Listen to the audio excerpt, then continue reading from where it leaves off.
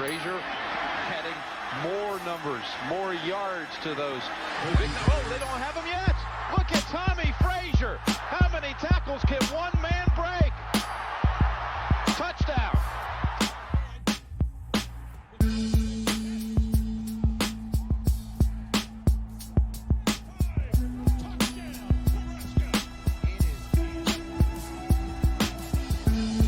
What's up, everybody, and welcome back into the Play the Fight Song College Football Show, the Nebraska side of things.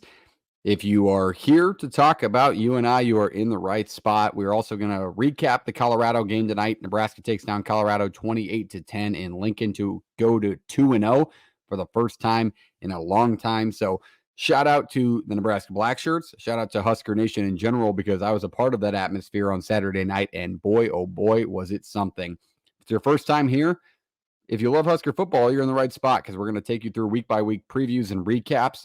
The previews are mostly going to teach you about the other team. If you're not a guy that follows college football countrywide, then this is the perfect spot to be, because we also have the Play the Fight Song College Football Show, which covers the entire country, a young, new, fresh look on everything, and it's the place to be. That one's going on tomorrow night, Wednesday night, the 11th. Check that out. But tonight we're here to talk about the Panthers of UNI and recap Colorado. Hit the like button, hit the subscribe button if you love Nebraska football. I am Parks. I will host the Play the Fight Song College Football Show, and I will take you through all things Nebraska on the fan perspective side. If you're an Iowa or an Iowa State fan, or you know one of them, we also cover those two teams the same way we cover Nebraska. Check those guys out. Give them a follow, give them a shout, give them a like, all that good stuff. But we appreciate you being here, and let's dive into Nebraska in week 3. So, like I said, Nebraska goes to 2-0 for the first time since 2016, and boy, oh boy, does it feel good to beat a rival Colorado that we have not beat in 5,000 days plus, which was unbelievable, but we took it to them. Lincoln was rocking. It was an unbelievable atmosphere. It was a fun game to be a part of, and we're going to break those things down offensively and defensively within the game that may be attributed to that outcome.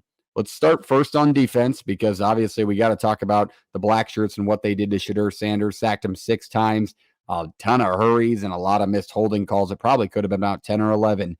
Shedeur Sanders was not too happy about his offensive line for good reason, because Ty Robinson and Nash and Jamari absolutely wreaked havoc all night long against that offensive front.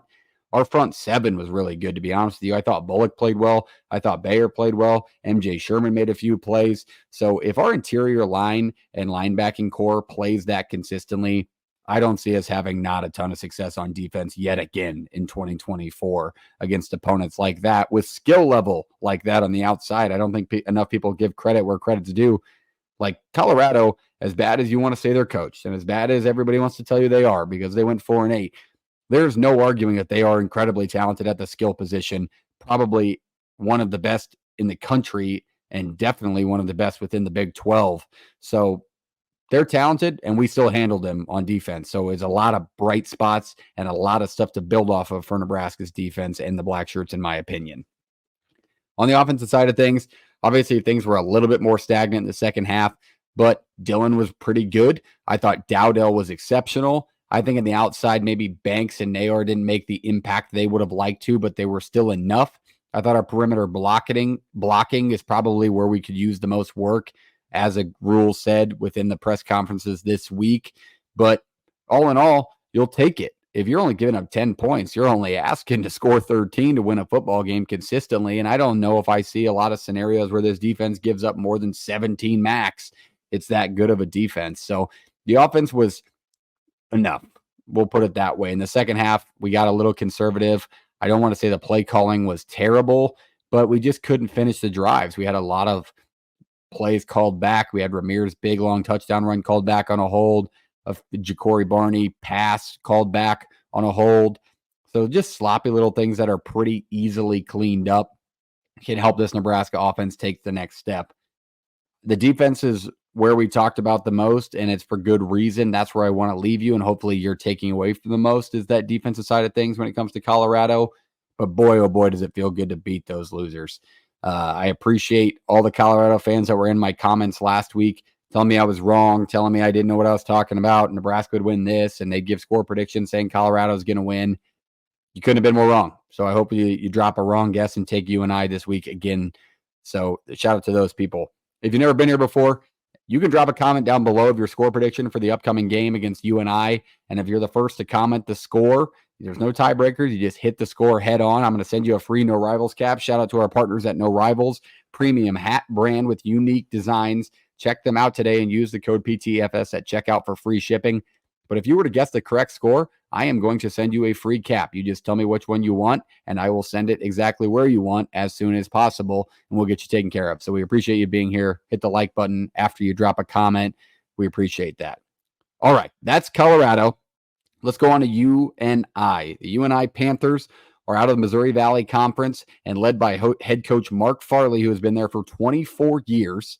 A long-standing head coach, the longest standing in the conference, and he leads the all-time conference wins list with 180 total wins within his career. That leads all active coaches within the conference, and he is the all-time wins leader at UNI, which is not a huge shock with that amount of number, but he's been there for a long time, and it's been his program, and they've had some success. They've had a lot of playoff wins. It's a team that's pretty consistently good.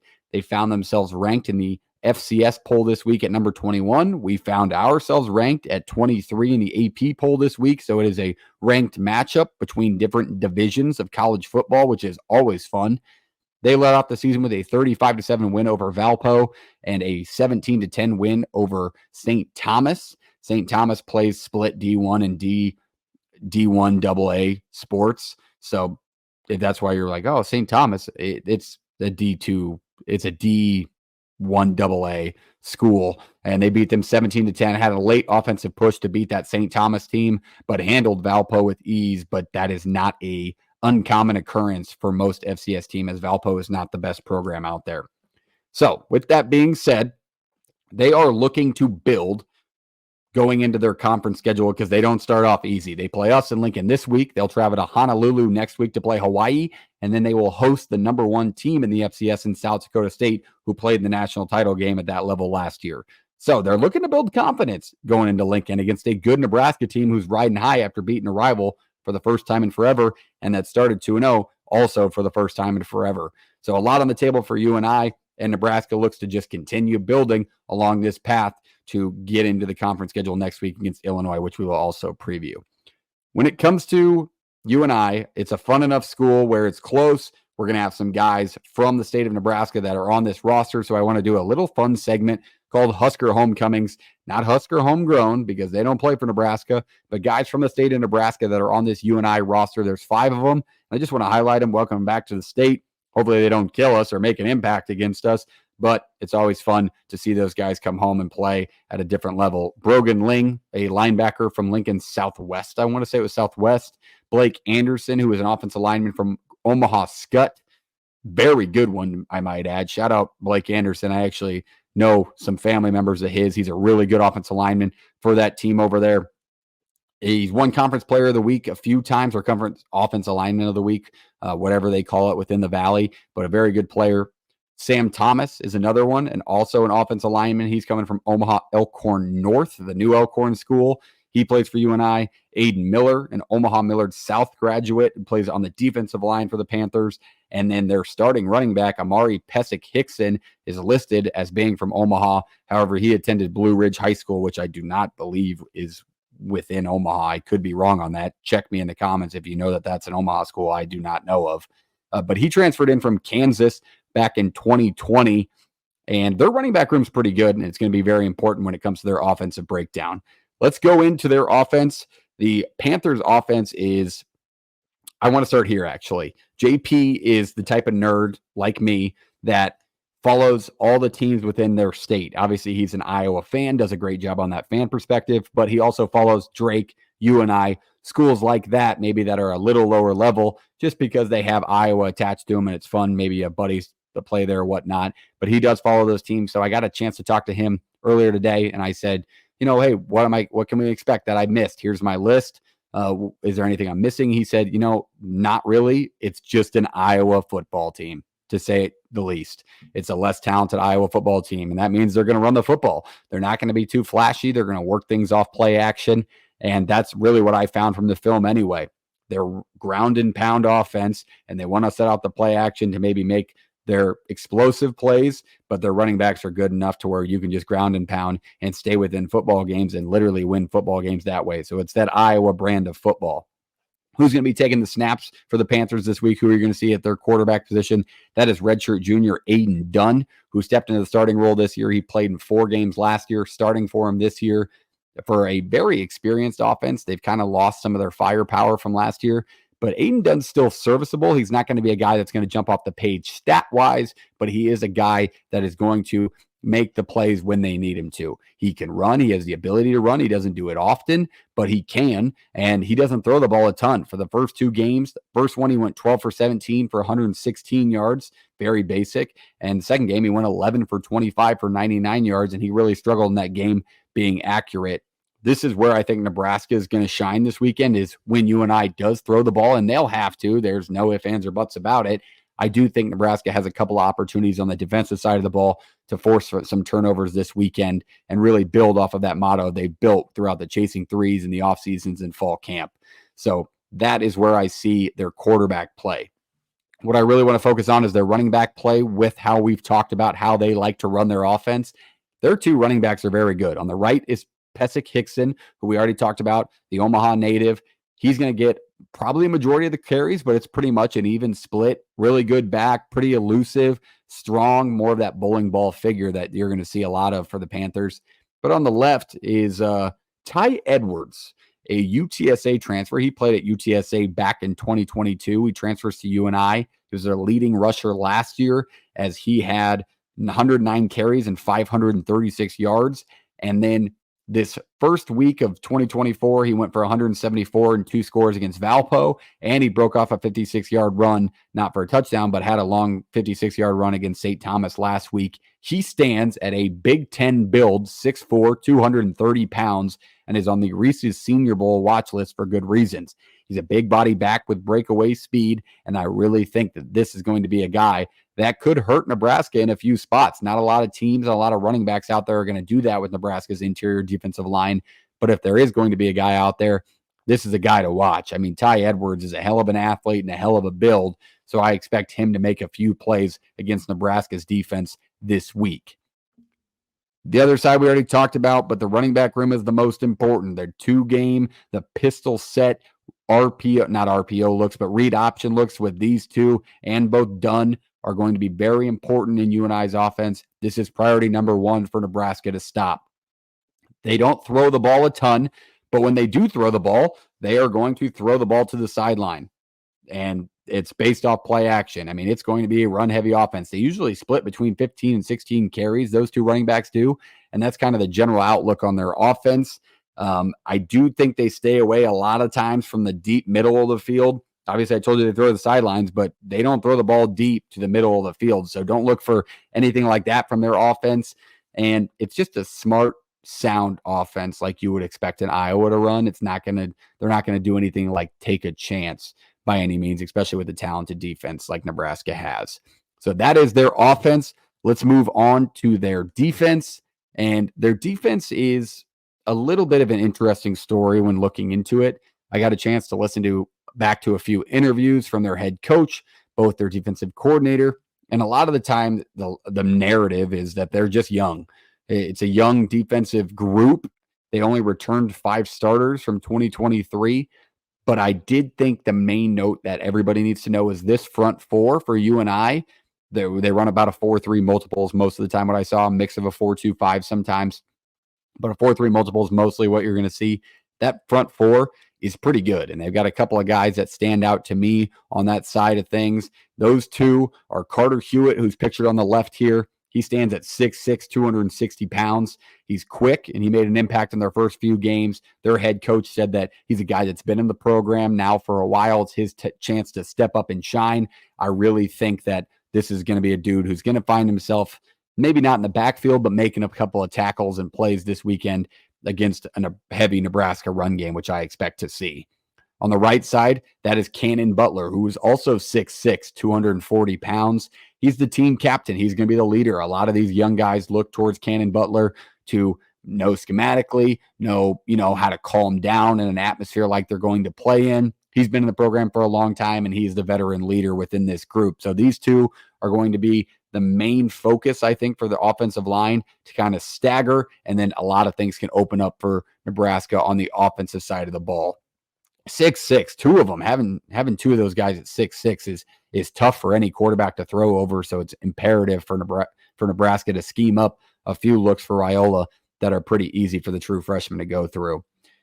Two spots where I think Nebraska's offense can open those things up, like I said, one is the screen game. I noticed a lot on film that these two in particular and the defensive line in general for UNI, a lot of it is vertical movement. They want to get to the quarterback, send a straight rush back, not a lot of outside containment when it comes to their rushes. And it opens up the screen game. It did for both Valpo and St. Thomas in a few spots. So I think the Emmett Johnson, Ramir screen game, as well as the Ja'Cory Barney Jr. and Banks and Nayor screen games can open things up for Nebraska on that side of things. And that's a lot of the look I think you'll see from our offense, as well as the RPO game. I don't think we've seen a ton of RPO game from Dylan and our offense, but I've heard Dylan is really good and really sound at running that style. So I think this is the week that you're going to see a lot of Nebraska RPO, where there's going to be a couple of routes on the outside that Dylan has the option to before handing it to Dowdell or Gabe or something like that. I will say, if there is a particular spot of this UNI defense that I don't think we can expose very well, is they're really good at containing on the outside, whether that be a sweep, jet touch pass like we've seen Nebraska run these last couple of weeks. They contain those pretty well. They're pretty sound, pretty basic. Again, we're talking about an Iowa-based football team that even an Iowa fan said, hey, they're pretty similar play style, and where they're not going to be flashy. They just want to be really technically sound.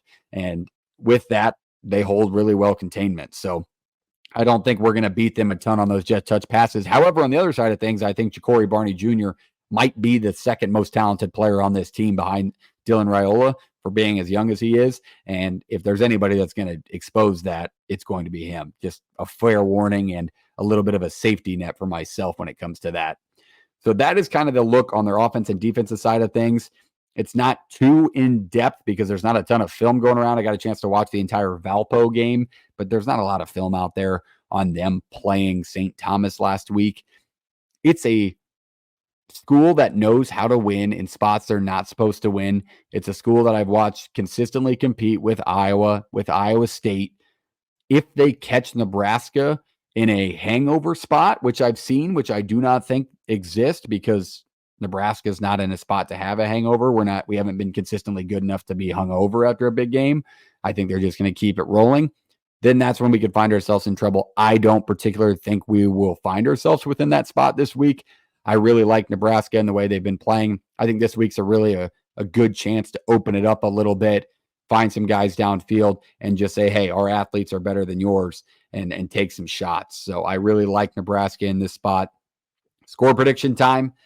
If you haven't been here before and you didn't hear me earlier, if you guessed the score on the nose, I get to send you a no rivals cap on me. You pay nothing. I send it to your house. You can pick any hat off their website. Check it out today at shopnorivals.com. Use the code PTFS for free shipping.